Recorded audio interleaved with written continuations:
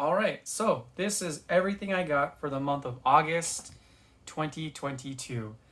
Um, Starting at the top, Berserk. It just stacks better this way. Normally it's the last book I show, but Volume 4 has arrived. I actually also have Volume 5, so I can now kind of catch up. This volume definitely doesn't have some stuff that I've read, so looking forward. Like I said, I've started to reread the Berserk volumes to kind of get to the point, so I shouldn't flip too far ahead there actually, because that'll leave spoilers, but another deluxe edition. I've got 5 down, 6 more to go till I catch up, but I'm not going to be getting them as aggressively. I was trying to get them every single month so that I could get the ones that are at a lower print, because there's not so many volumes, I shouldn't say volumes, copies of like volume 1 through 5 left. My shop has said no, like there's only like less than 100 or anything like that, but I just don't want to take the chance. I'm like, oh, I really like this, and then I get one every couple of years or 2 a year, and then finally I get to like they warned me that volume 5 was low, so I was like, okay, I'll find that on my own now while I'm waiting for volumes 1 through 4. So I should most likely, I'm gonna start getting these like every 3 months, so like 4 a year. That should be fine until they start, man, until the print numbers go low again, and they're gonna be just cramming them down my throat, which is fine. No complaints. I've really been enjoying Berserk. Kentaro Miura, his art is like phenomenal. It's I said multiple times, it's like a book I definitely sat on, like, sounds good. Everyone's like talking like, oh, if you want to read like old school dark fantasy and like manga, like check out Berserk. I was like, I'll get to it. Then I started reading it, and I was like, oh my goodness, why did I wait so long? But yeah, starting to catch up on that, which is good. Moving on to the single issues, pretty good stack this month. There's some newer stuff. Some stuff's coming to an end. Some stuff is standing out as I'm gonna keep. Some stuff I'm not.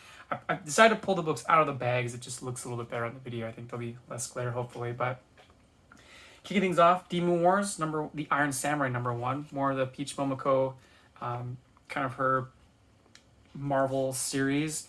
They're all like mostly one shots. There's a few books here and there, like 2-3 issues, but this is like her kind of approach to Civil War with the character she's already established, I'm assuming. So yeah, there's a couple in here I've actually recognized. So, but yeah, her art's really good. It's interesting that she's doing like this kind of like her own. I actually really enjoy that she's doing like her own take on Marvel stuff, but surprised she hasn't been like swept up to do like a larger book. But they're giving her time to just do what she wants to do, so no complaints there. Frankenstein New World #1. This is another Frankenstein book in the world of Hellboy. So Frankenstein's monster's still alive, and after Dr. Frankenstein dies, he's kind of on his own and out there. So yeah, these have been like fun books. Flipping through here, I think, yeah, you see Frankenstein, he's old. And oh, what? Okay, so that's definitely tying a lot more BPRD stuff. That's cool. Why he picks up the sword? Okay. These are some spoilers. Wait, that there's a couple panels there that make me think this is after BPRD, because if he finds it on that guy's body, yeah, oh man, okay. I've always been a fan of the Frankenstein stories, but now that they're slowly moving closer and closer into like a lot of like main BPRD, like overlapping with those in that comic book, this is gonna be fun. I'm looking forward to this. Yeah, Shaolin Cowboy, Cruelty Kin #4. Like halfway through, there's like 3 more issues in this book. This book's just been completely insane. There's this jellyfish monster that saved him that he was fighting. You get like crazy fights like this. The whole story is told by these like 2 Komodo dragons, father and son, and the father's telling the time that he traveled with the Shaolin Cowboy. So some cool stuff, like fighting a flying catfish who's using chainsaws on his. Oh, that's so cool. But yeah, I love this stuff. Like, keep it coming. I can't wait for the oversized version of this. It's gonna be so much fun. What I also really like is they sometimes keep these, but it's nice on the singles. You get like these kind of 1-panel stories, and they're always like just like it's usually like someone took a picture of the Shaolin Cowboy somewhere in history, and he's like, either you get like this little couple of lines explaining the story. It's pretty fun. I like this. Usagi Yojimbo #30. I think I've always mentioned this is like a kind of like 1 or 2 issues. That's like the end of the story, nice and quick and done. This one I think is actually going to be more than a couple of parts, because the last issue definitely was setting up something big, which is kind of cool. You see a lot more returning characters from like older Usagi stories showing up. Like this one that I can't remember her name, but she's hired them to kind of protect her from these ninja bats. It's pretty cool. Interesting though, with Usagi Yojimbo is Stan Sagai announced he and Dark Horse are teaming up to create his own imprint at Dark Horse, where he will publish all future Usagi Yojimbo stories. So I assume that IDW is not going to be printing this book anymore. Do they start the new #1? I don't know. I'm fine if they do. I'll keep reading Usagi Yojimbo, but I'm curious if it'll. I'm sure the modern stuff will still be colored. What's really going to be interesting is like I've been getting the Usagi Yojimbo Origins trades, which are the colored reprints. So I'm curious if that will continue on, but I haven't really heard a lot of news, other than like just they're starting the imprint. I haven't seen any previews or anything yet. Issue 3, I do a power bomb. Issue 2 ended with such a perfect final page. Like it's the kind of final page that makes me love comic books. You're just flipping through, and you see that last page, and like my jaw dropped. I had like the TV on the background when I was reading issue 2, and I literally was like, oh my goodness. My girlfriend's in the kitchen like, what's wrong? Like nothing's wrong. Everything is right. This book is amazing.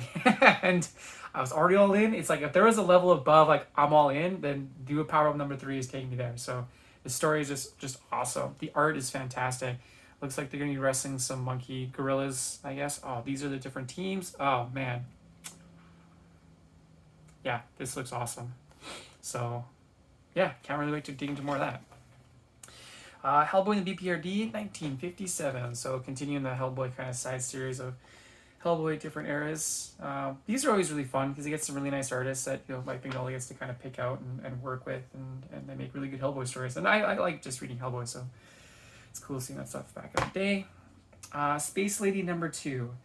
I usually give every series like 6 issues to kind of like, you're gonna draw me in. You got 6. You got that first story arc. This is definitely not like a story arc. Each issue is kind of like a one and done, which I normally really enjoy. First issue just didn't quite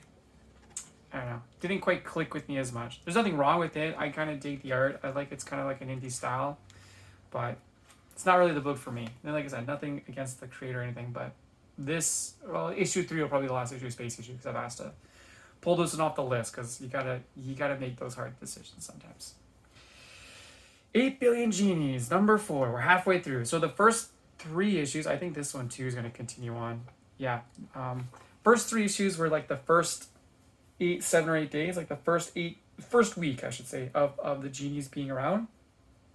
And they're always doing a nice recap every issue of like how many people are left on Earth, because a lot of people are dying because of these wishes, and then how many genies are still around. So the last issue ended with this son who's been trapped in a bar with his dad, that he wished to become a superhero so he could protect his dad forever. And then that issue was like, you'll see like the next like 8 weeks later. So yeah, it's just craziness. Like, okay, that was a bit of a spoiler there. Maybe it was not a great idea to open these up, but it's totally fine. But yeah, I'm really loving 8 Billion Genies. I think this is going to be made into a TV show or something. I was reading somewhere that the rights got picked up, so yeah, try and find those issues. Ant-Man, this is issue 2. So yeah, this is actually been a pretty fun series. Each issue is actually, flipping through this is the style of art. So when this guy, not Scott Lang, not Hank Pym, dang it, I can't remember this Ant-Man's name, but he was the irredeemable Ant-Man. Yeah, he was kind of a dick. He stole the suit, and the Ant-Man of the future is going through trying to find all the different Ant-Man. Anyways, this art is in style of the book when the irredeemable Ant-Man was out, which is really cool because it is a different artist, but he's totally kind of pulling some Phil Hester vibes, which is cool. Phil Hester did the original irredeemable Ant-Man. But yeah, I'm really digging this series so far, so it's been fun. Yeah, Defenders Beyond, issue 2. Really digging this series again. I always like a good Defenders tale, and the last series is really good, so this one's pretty cool. Completely different team.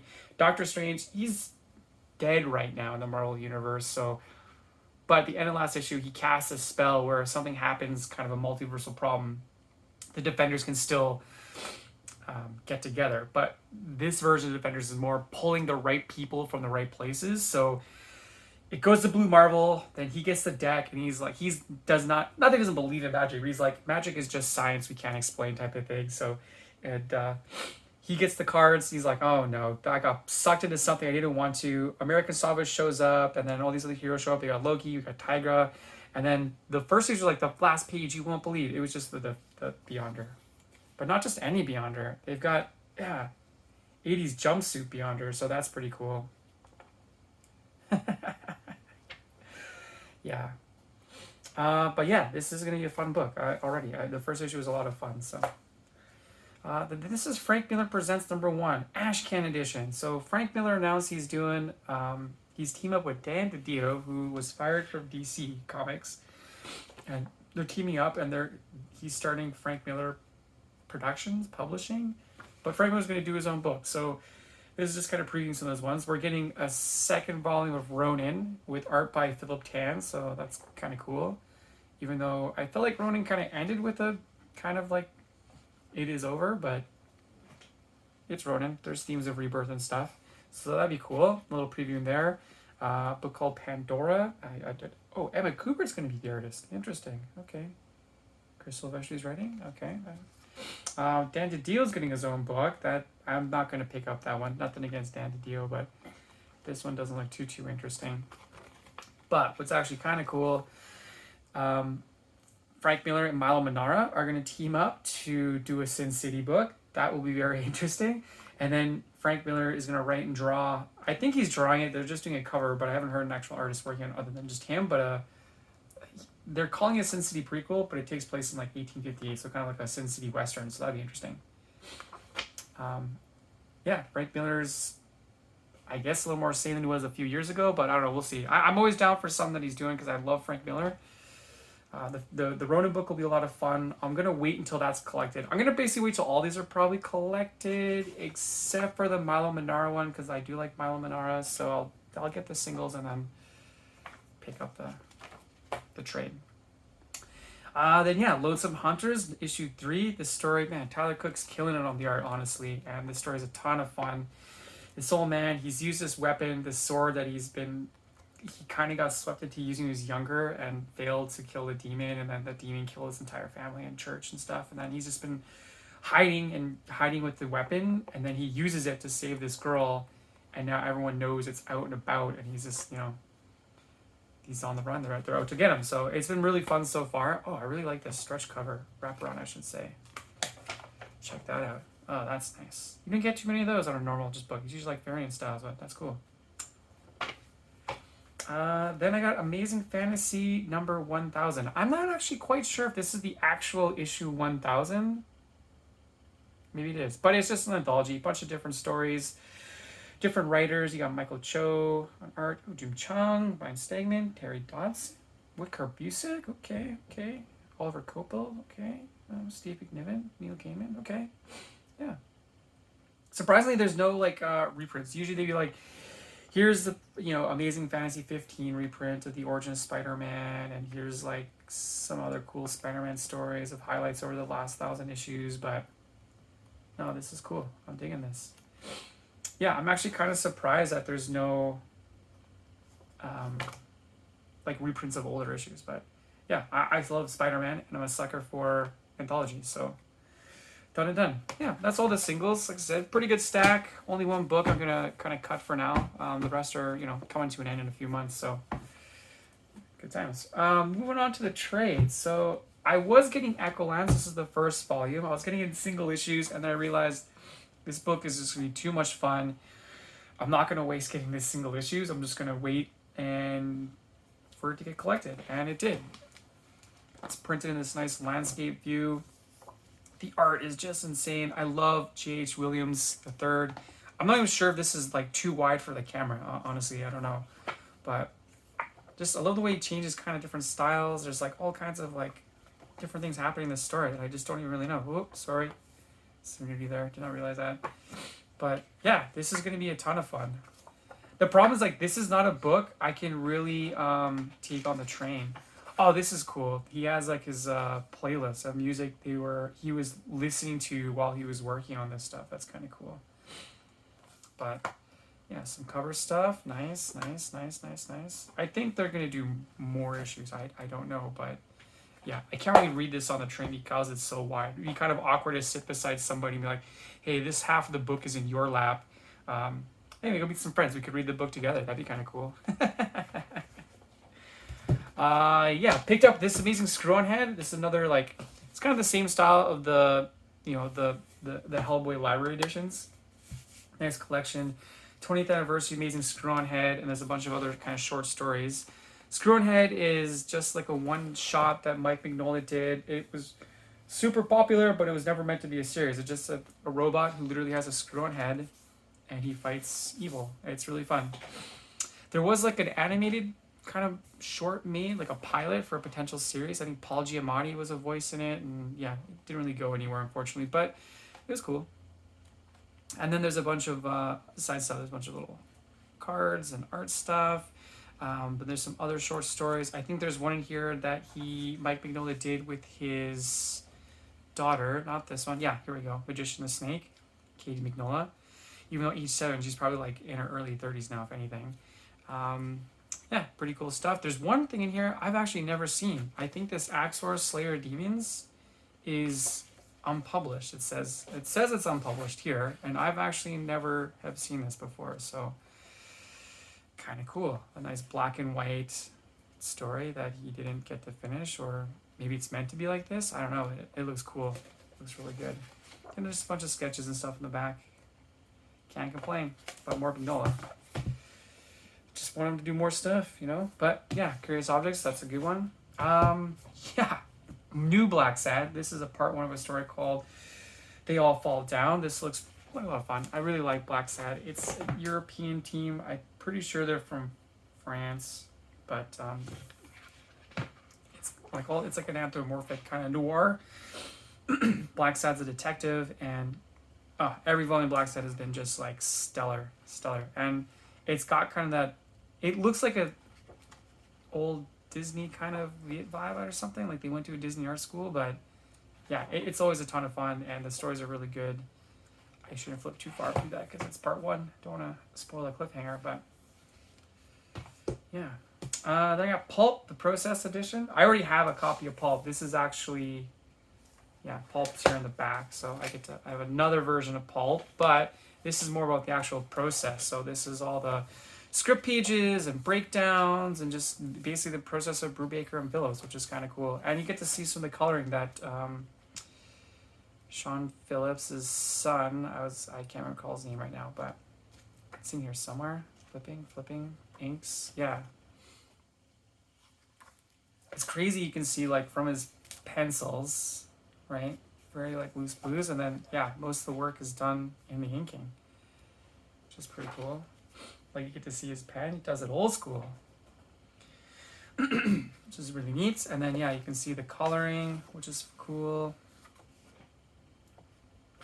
Done in the different kind of phases, man, sharp. And then you get to see the story, which is honestly, it's one of their best. Like if of all the stuff that Brubaker and Phillips have done, I feel like Pulp would make like the best movie. It's short enough where it would be a nice like 90-minute hour film. Like it's cool. And then last but not least, I picked up a copy of The Cosmic Detective. This is actually a book I kickstarted as well. I like Jeff Lemire. I like Matt Kint. I love the art by David Rubin. So when I heard they were doing a book together, yeah, I immediately signed up. Got a nice little print card thing. Yeah, that's nice. But yeah, I really don't know too much about it. I try not to read any of the previews they sent out or anything, but it's kind of a detective story, and it's kind of in the future, cool tech and stuff. Looks like a lot of fun. What I really like is there's this really cool pull out. Like this just keeps going and going and going. It's like a full 5 pages of character stuff, front and back, which is really cool. I love that kind of stuff. Let me get that fold in there nicer. It's got gold foil on the sides, fancy. What I really like is you can tell this is like a Kickstarter book because I can smell it. Like open the pages, like I can just smell how fresh that paper is. Like you smell the pulp. So I used to always joke, you can always tell how good a book is, you know, by how good it smells. Quality of the paper. There you go. yeah, good stack of trades. Some of these I can read on the train. Some of them, like Echolands, not gonna, well, they'll fit my bag, but it's, like I said, awkward to read.